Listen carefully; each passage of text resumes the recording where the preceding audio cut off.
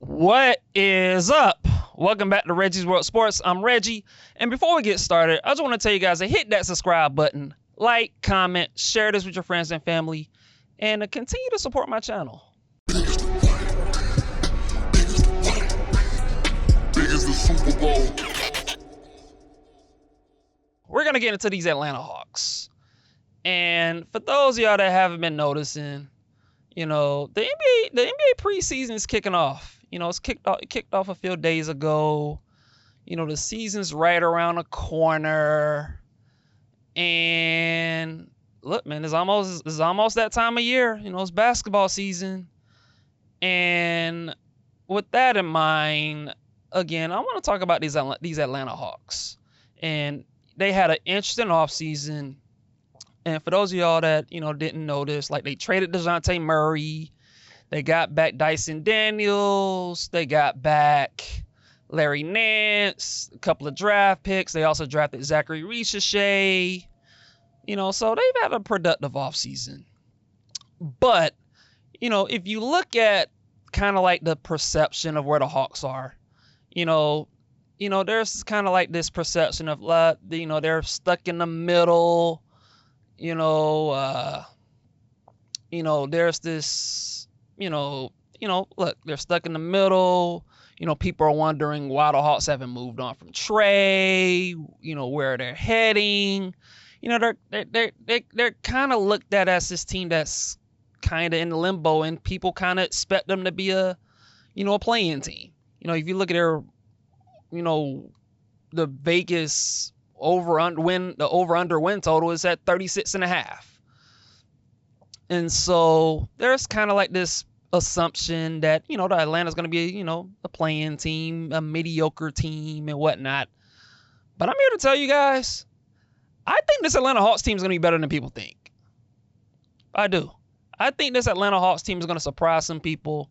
And I think they're going to win more games than people expect them to win. And the reason I feel that way is for a few reasons. The first reason being is I think this team defensively got better. I think this team has improved defensively. And if you look at why the Hawks have been struggling over these past 2 to 3 years and why they haven't won as many games as people have expected them to win, it's because they don't defend. They haven't been a good defensive team. Every game, Atlanta has given up 125 plus points a night.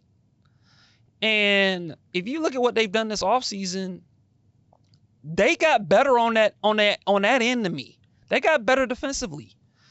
When you look at Dyson Daniels, who's a really good defender, I thought he was a good defender in New Orleans. He was, as a prospect, he was known as an elite defender. He's 6'7", he's long, he's athletic. And so you add a guy like him. You also you drafted Zachary Reggie, who at least in theory, he's 6'9.5" to 6'10". He has the frame to be a good defender. And then you add in a guy like Zachary Reggie, not Zachary Reggie, but Vit Krejci, who, look, I know he played on the team last season. But for me, I look at him as like a new addition to the team, considering that when the Hawks are really, falling on their face during the year, he was at College Park, in the G League. And so he didn't really find his footing and get into the rotation until everybody got hurt. And when it was, when we knew that the team wasn't going anywhere. And so, and look, even when Vit Krejci played, like we saw what he was capable of doing when Atlanta was able to kind of stay afloat when Trae got hurt, and even Jalen got hurt, and the team was able to stay afloat. And he played a big part in that. And so when you look at just the additions of Dyson Daniels and Zachary Reggie and even Vit Krejci, along with a guy like Larry Nance, defensively, they got better. All 4 players have size who can play defense. And so defensively, they're in a good spot. I think defensively they got better without question for me. And when you look at this roster in general, like how many negative defenders is there on the team? 2 guys? Maybe, probably.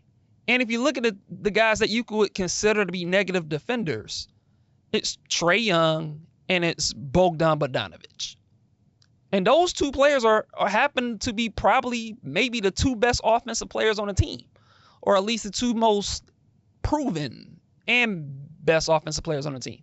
And so when you just look at the lack of negative defenders on the team, and you just look at, Trae Young and Bogey being the only 2 bad defenders on the team, while also having while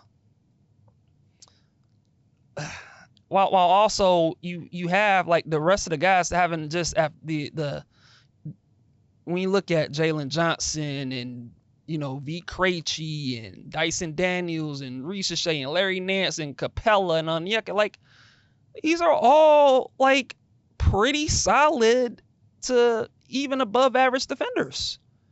And so I think that's a massive deal. Like you just look at the size on the wings, and that's a big deal to me. Just the size on the wing. Like that's something Atlanta didn't have last year. Atlanta last year, it was just DeAndre Hunter as our lone wing. And that was kind of it. And look, I thought DeAndre Hunter did what he could, but like, let's just be honest. Like DeAndre Hunter, he's considering some of the knee issues he's had over the years. Like while I think he's an okay defender, he's not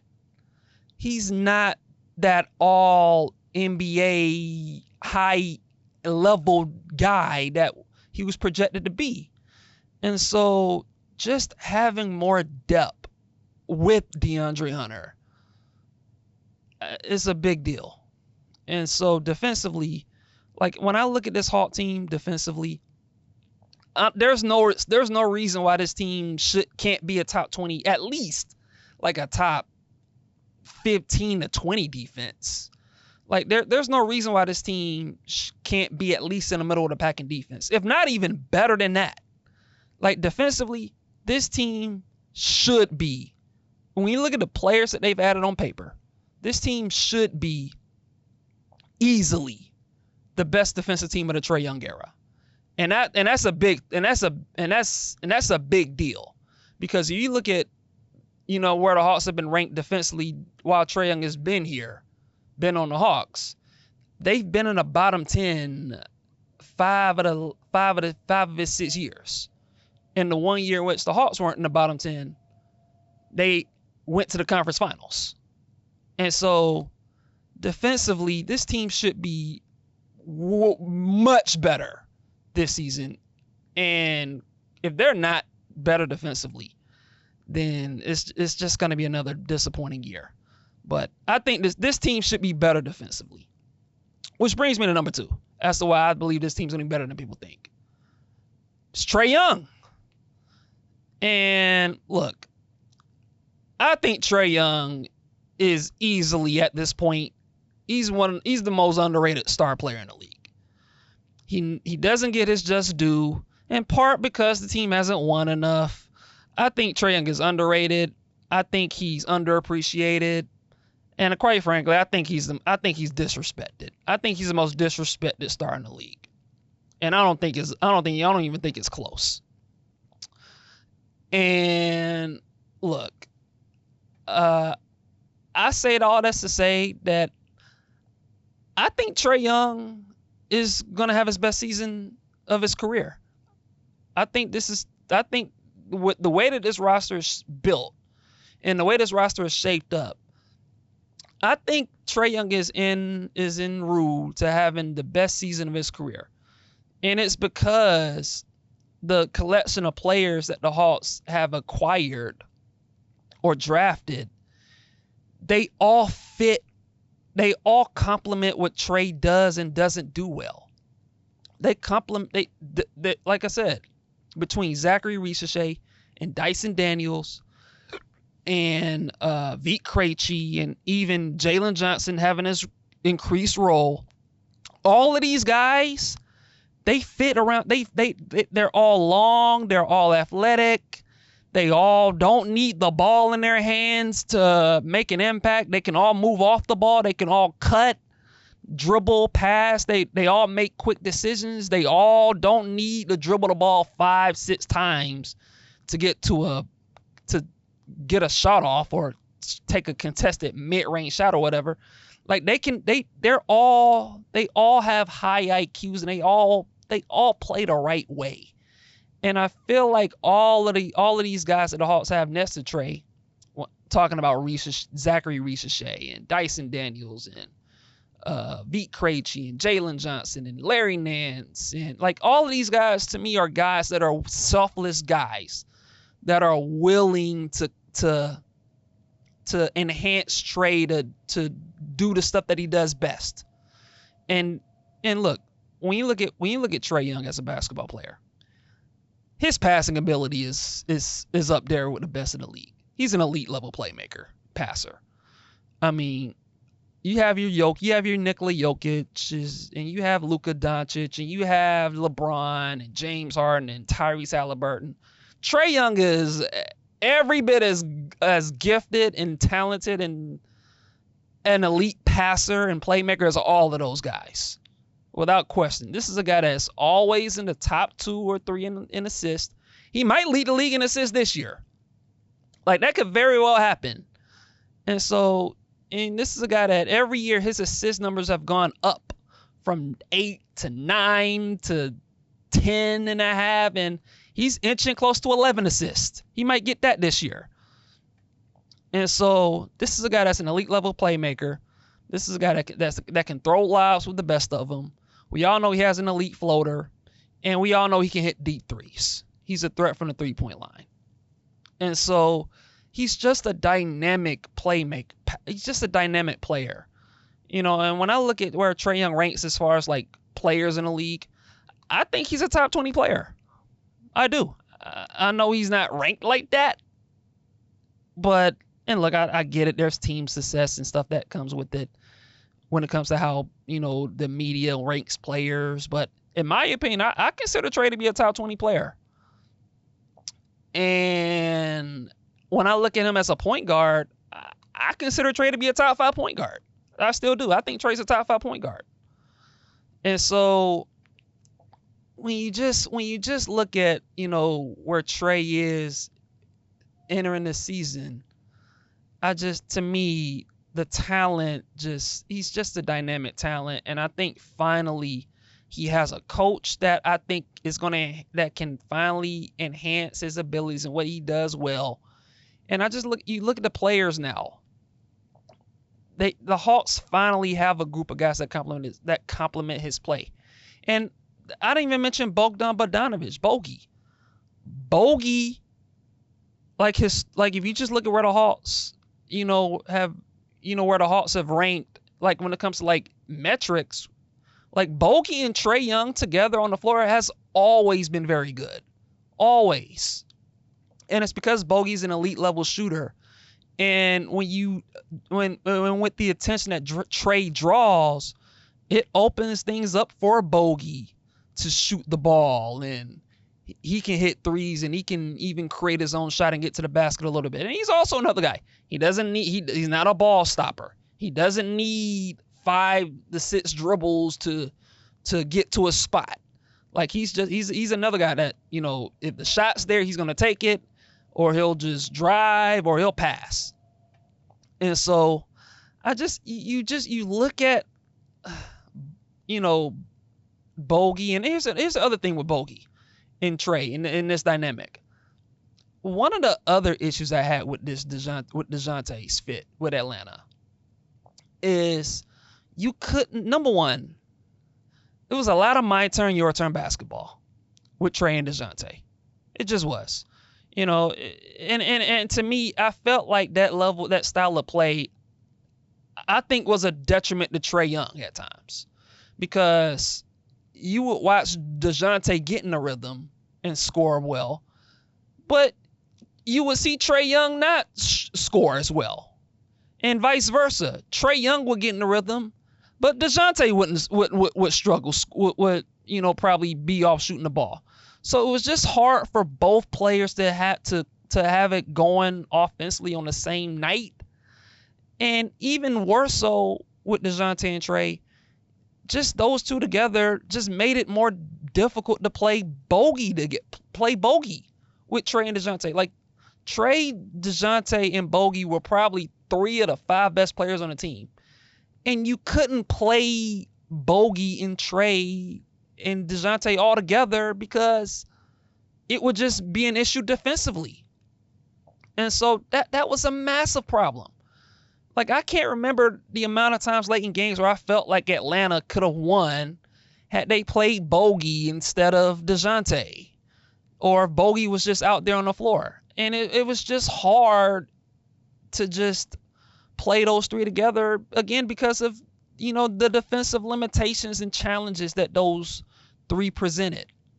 And so when you compare that to what the Hawks have now, and you look at the roster and you say, okay, Trae and Bogey are going to play a lot of minutes. And guess what? Now you can play, Dyson Daniels and Bogey and Trae, and that'll work because Dyson Daniels is an elite defender with size. Or you could play Trae, Bogey, and Zachary Ricochet together, because Zachary Ricochet is 6'9", 6'10", and he has size. Or you could play V. Krejci, or you can play, Jalen Johnson. Like, you just, with Trae and Bogey, you just have so many options and so much lineup flexibility. And that's the thing that I can't stress this enough.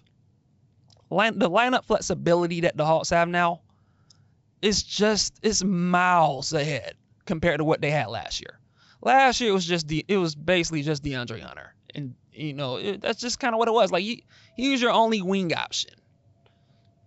Now, it's DeAndre Hunter, it's Ricochet, it's Dyson Daniels, it's V. Krejci, it's Jalen Johnson, it's Bogey. I mean, you have options at the wing spot now in ways that this team has never had.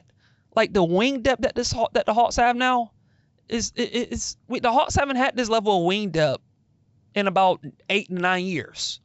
You have to go back to Thabo Sefolosha, Damari Carroll, and Kyle Korver to find this level of wing depth. And so the wing depth on this team is huge, and I feel like Trae Young is going to absolutely benefit from the level of depth on the team. And I think you can see it in his mood. Like, if you followed him on social media, or if you listen to the interviews that I see on YouTube, that I see some of the Atlanta Hawks people that I follow on X or Twitter, whatever you want to call it. But, like, he just seems more. Trae Young to me just seems more comfortable. Like, I feel like he's at peace with where I feel like he stands on the roster on this team. And I like I like how he's been, catering to Zachary Ricochet, the rookie, how he's brought him to, Oklahoma to a football game, and how they went to the Atlanta Falcons game a couple of weeks ago. I think they played Kansas City. He was at that game. And so you can see that Trae Young is finally embracing himself to this kid, to Zachary Ricochet. And I think Trae Young is going to have a huge year. And I think he's going to make an all NBA team this year. I really do. Which brings me to my third point as to why I believe this team's going to be better than people think. Jalen Johnson. I love this kid. I love Jalen Johnson. I can't say enough about this kid. I think Jalen Johnson is he's another player. I think he's due for a leap, a big year. And he had a good year. He had a really good year last year before the injuries happened. And look, the thing I want to say is I just hope Jalen Johnson can actually stay healthy. Hopefully he's wearing them ankle bracelets because we don't want this man injuring his ankles. We don't want any of that. But when you look at Jalen Johnson, this is a guy that last season averaged 16, 8, and 3. And look, I look at this season and I'm just fantasizing. Like, I don't think it's out of the realm of possibility that Jalen Johnson averages 29 and 5 on 50% shooting or whatever. Like, because this is because he's gonna have a bigger role than he had last year. And I look at Jalen Johnson, and this man has all the tools. He's the athleticism.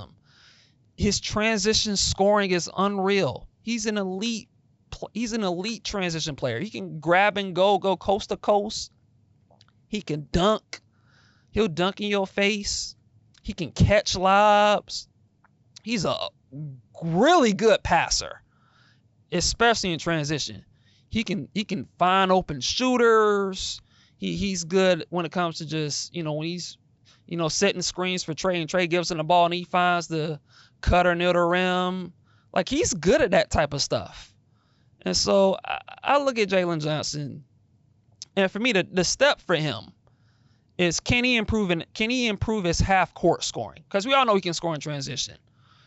Can he add a face up game?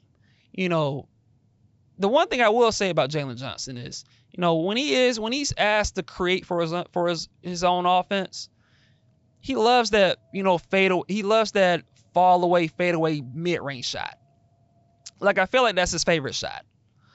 And so what I want to see from Jalen Johnson is, number one, can he continue to be more consistent with that, hitting that shot? But can he also play with more force?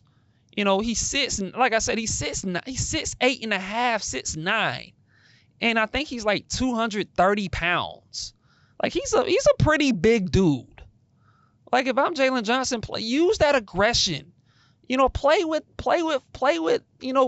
use that force and just be physical. I think that's the next step for Jalen Johnson. And look, I'll also give Jalen Johnson credit for this last season. He improved as a jump shooter, because last year at this time, we were wondering, like, can this guy shoot jump? Can this guy, hit shots, shoot the ball from the perimeter? And he improved at that. He shot 35.5% from 3 this past season. That's a big deal. And I think he's confident shooting the ball. And like, you can just tell, like, his confidence is through the roof as a shooter. And so when I look at a guy like Jalen Johnson and how he's improved as a shooter, and the thing with Jalen is he's 22. He's 22 years old. And so I think this is a guy that's just, I think the sky is the limit for this kid. Like, when I watch Jalen Johnson, like, my comparison for him is, I think he's a combination of Josh Smith and Boris Diaw.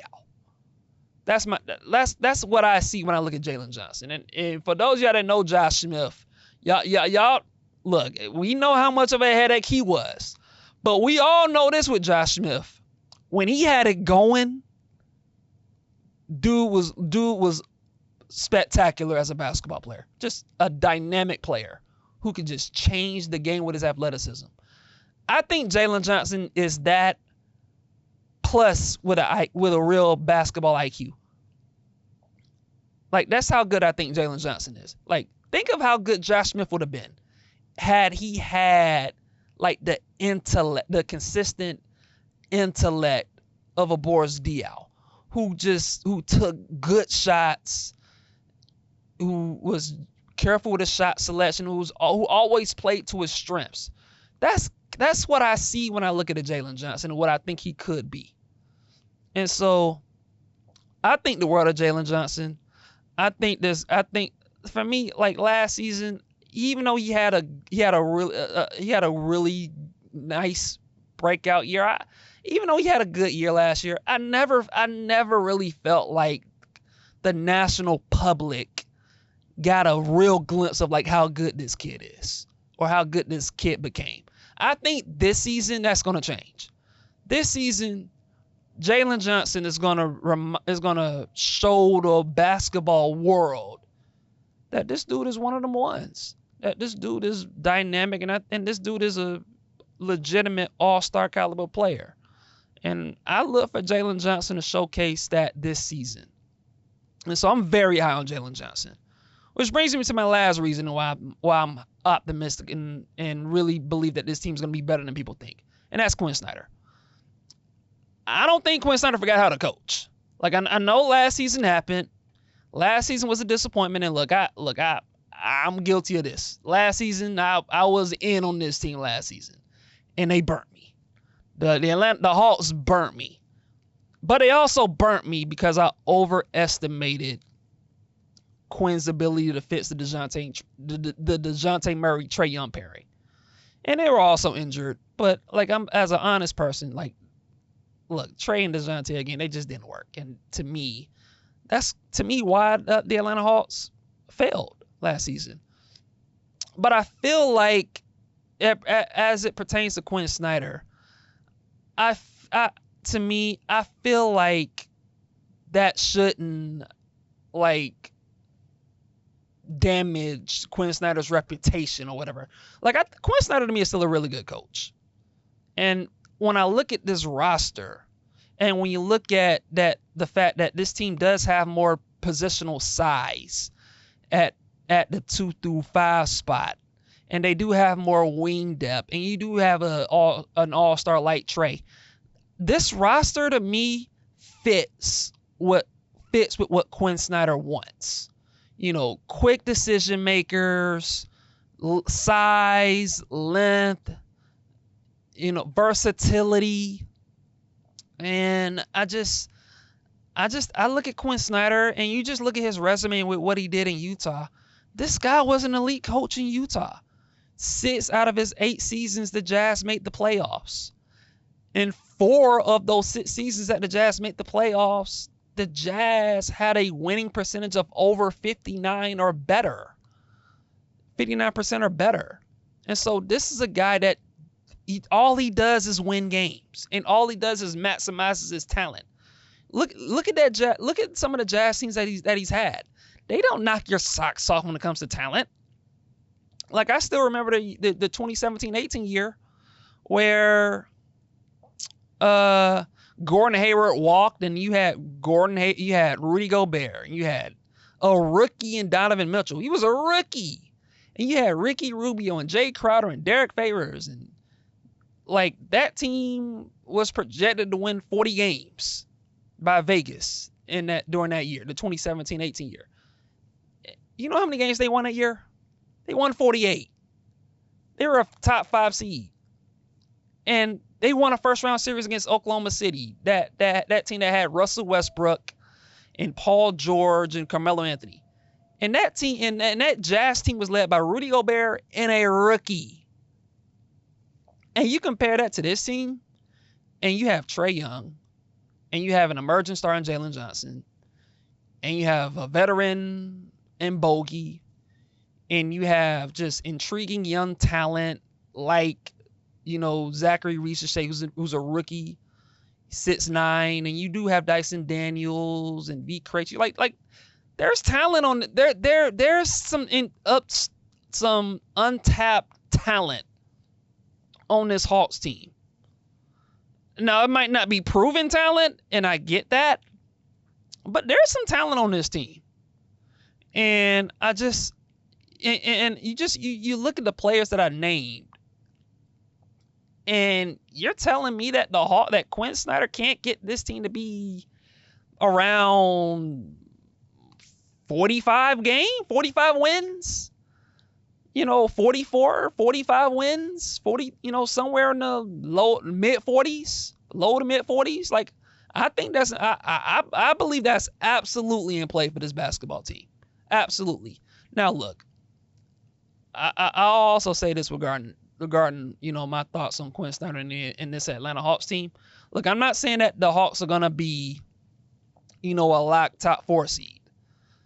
Because look, Boston is they're the defending world champions for a reason, and I got huge respect for the Knicks, and I thought that trade for Karl-Anthony Towns was a great trade. You still have Milwaukee, you still have Philly, and look, you got quality teams like Orlando and Indiana and Cleveland and even Miami. Like there's some quality teams, but I think this Atlanta Hawks team is not that far off. And when I look at what they've done this offseason, they've improved the defense. They've improved the defense on paper. And if you look at the Hawks' biggest issues that they've had these last 3-4 years, it's been on the defensive side of the it's been on the defensive side of the floor. They've never been a good defensive team. If the Hawks this season get to even average defensively, this team can be good. This team can be pretty good this season coming up, without question. An improved defense plus a player like Trae Young, who's an offense into himself with his playmaking ability and shooting and scoring, and then you have Bogey playing more minutes, and then you have some of these, like who knows, like you with Jalen Johnson and Zachary Richeche or Dyson Daniels, like what happens if 2 of those guys pop and they have a legitimate huge year, which I believe is very, very possible, maybe even likely. Now all of a sudden you look at the Hawks and you're thinking, if that happens, and if Jalen has the leap year that I expect him to have, with Trae doing what he's doing, and Bogey and Richeche and Dyson Daniels and what he can do defensively, and some of the depth on this team, I think this team can be pretty good. I think this team has a chance to be pretty good. And so, again, that's I think this Atlanta Hawks team, I think this team's gonna be pretty good. I really do. I like the pieces. I like the pieces that we have, and I think the pieces that the Hawks have, finally, they fit. They fit, and I just think at the end of the day, in this league in the NBA, fit matters. Not only just talent, but the talent's gotta mesh. And that's what I see when I look at this Atlanta Hawks team. I really like the talent on this team. But again, those are my thoughts I have for the Atlanta Hawks. What do y'all think about the Atlanta Hawks? I'm sure I'm got some Hawk fans watching this, but y'all agree with me? Y'all think this team's gonna be y'all think this team is gonna be pretty good? I would love to hear y'all thoughts. But again, subscribe to my channel, like, comment, share with your friends and family, and continue to support my channel. But that's all I have for today, and I'll see you guys in the next episode.